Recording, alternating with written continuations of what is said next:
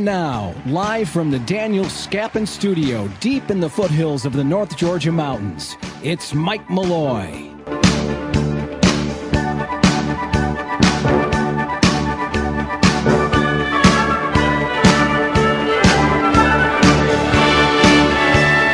All right, here we are. Hey, everybody. Mike Malloy here. Thank you very much for tuning in to this little podcast. It is the 23rd of May, a Thursday in the year of our Lord 2024. Hope you had a good day.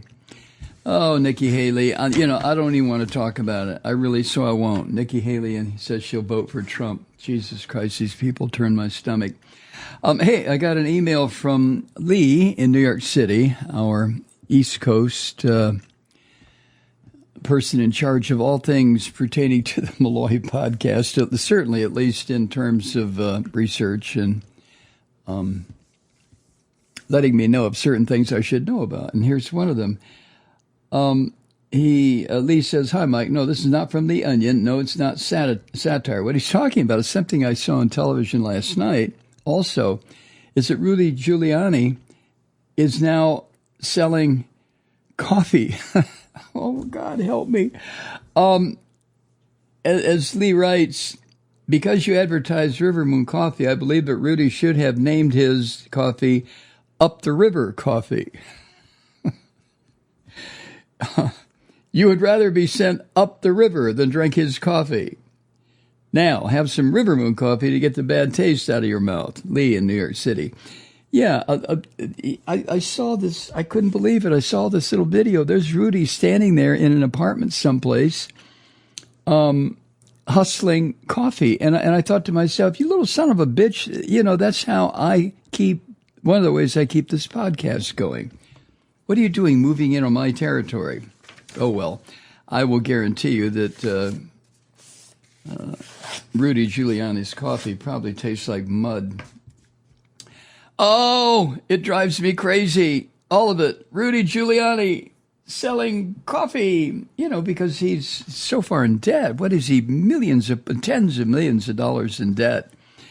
Hundreds of millions of dollars in debt. He'll never get out of it. Oh, poor son of a bitch.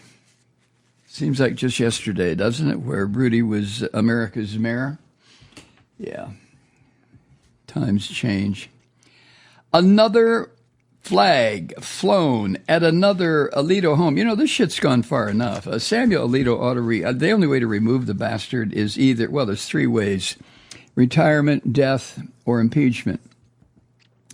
I pretty much know what my favorite of those three would be where it concerns some of these bastards, especially this Catholic insane son of a bitch, Samuel Alito. Now it is the so-called, the appeal to heaven flag. It's a pine tree, pointing to the heavens.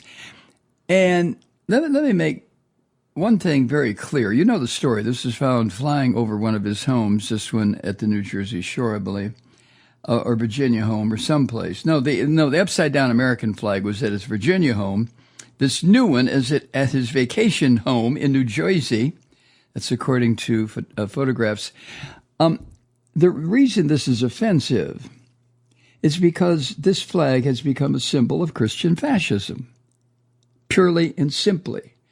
Now, the truth is, the First Amendment guarantees Sammy the Fish the right of free association, the right of free speech. If he wants to put this shit above his domicile, go ahead.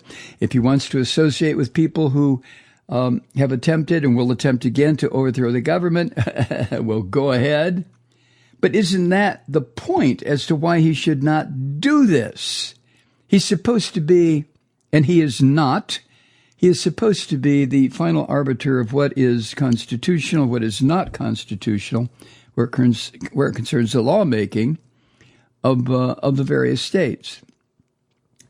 And he has aligned himself now through his First Amendment right of association and speech with fascist son of a bitches, religious cretins who want to destroy the country.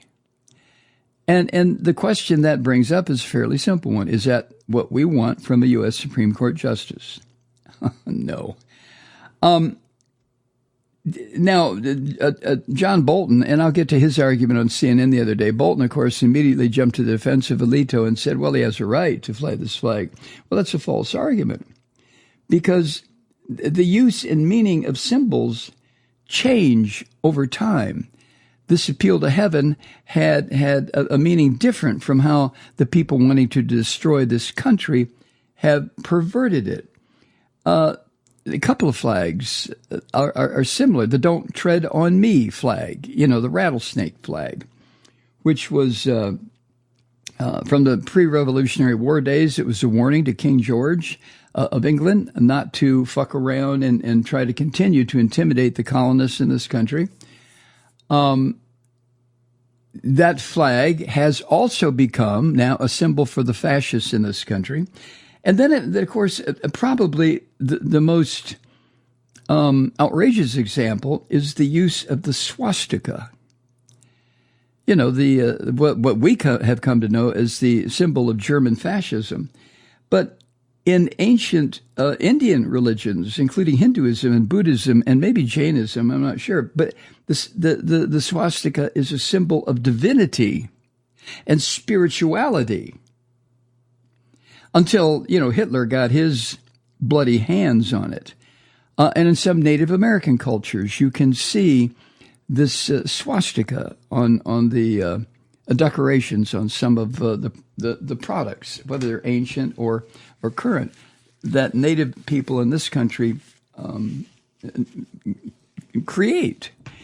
And part of that comes from the fact that so many Asian people came across the now no longer existing Aleutian Islands land bridge into the United States from Asia.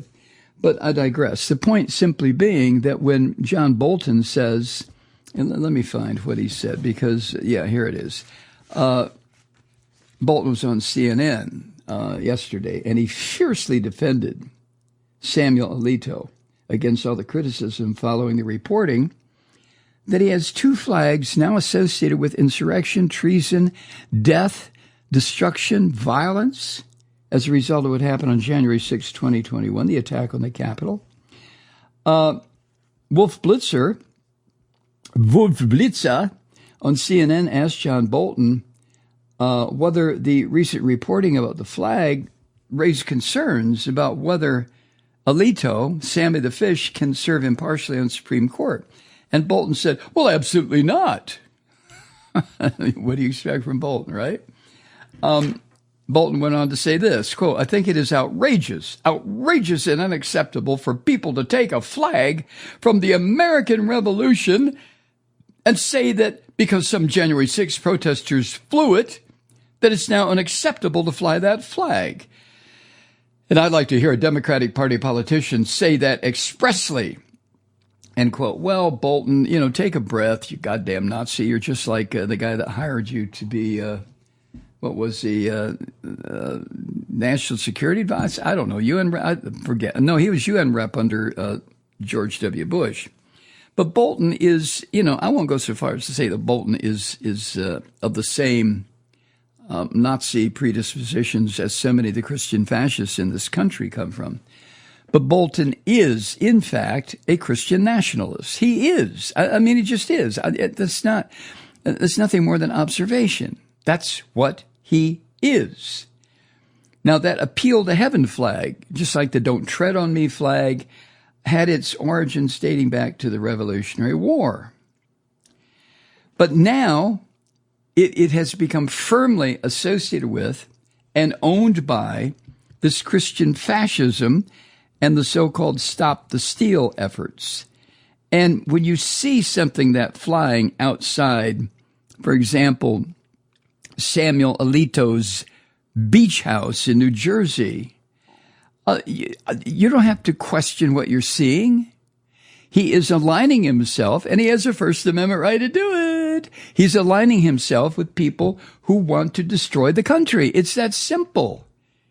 And he knows that. Sammy the Fish knows when he puts up an upside-down American, oh, my wife did it. When he puts that out there, when he puts out this appeal to heaven flag, that he is declaring clearly that he is on the side of the people who want to destroy the Constitution, destroy the country. So, okay, as long as it's just symbolic shit like putting up these flags, all right, Sammy, go ahead. But it raises the very clear certainty that he should not be sitting with the other Supreme Court justices when cases are heard that involve the people who use an upside-down American flag to attack the Capitol, or who use a Christian fascist flag to declare their contempt for the U.S. Constitution. I mean, why is that not just so simple? Well, it is to most of us, right?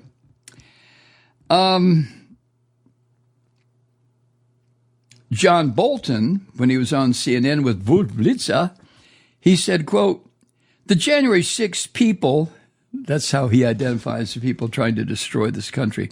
Bolton said, "The January 6 people flew a lot of flags. They don't have the right or the ability to expropriate a patriotic symbol of the United States and then have everybody say it belongs to them and condemn Sam Alito or anybody else for flying that flag." What? Hello? Am I misunderstanding something, Ambassador Bolton? Let me try it again. Quote, "The January 6 people flew a lot of flags." Okay. They, is a reference to January 6 people, they don't have the right to expropriate a patriotic symbol of the United States and then have everybody else say it belongs to them and condemn Sam Alito or anybody else for flying that flag. John, you're not being clear. Maybe I am just using fuzzy thinking here, but what you're saying makes no goddamn sense. Bolton added this, quote, "I think what's unacceptable is this rush to find some reason to criticize Alito," end quote, John Bolton.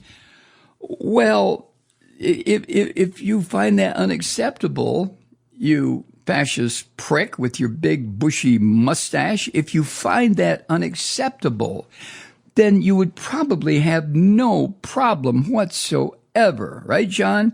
People marching down the street holding up a Hindu symbol that is what we've come to identify as the symbol of Hitlerian Nazism, right? You'd have no problem with that either, John, right?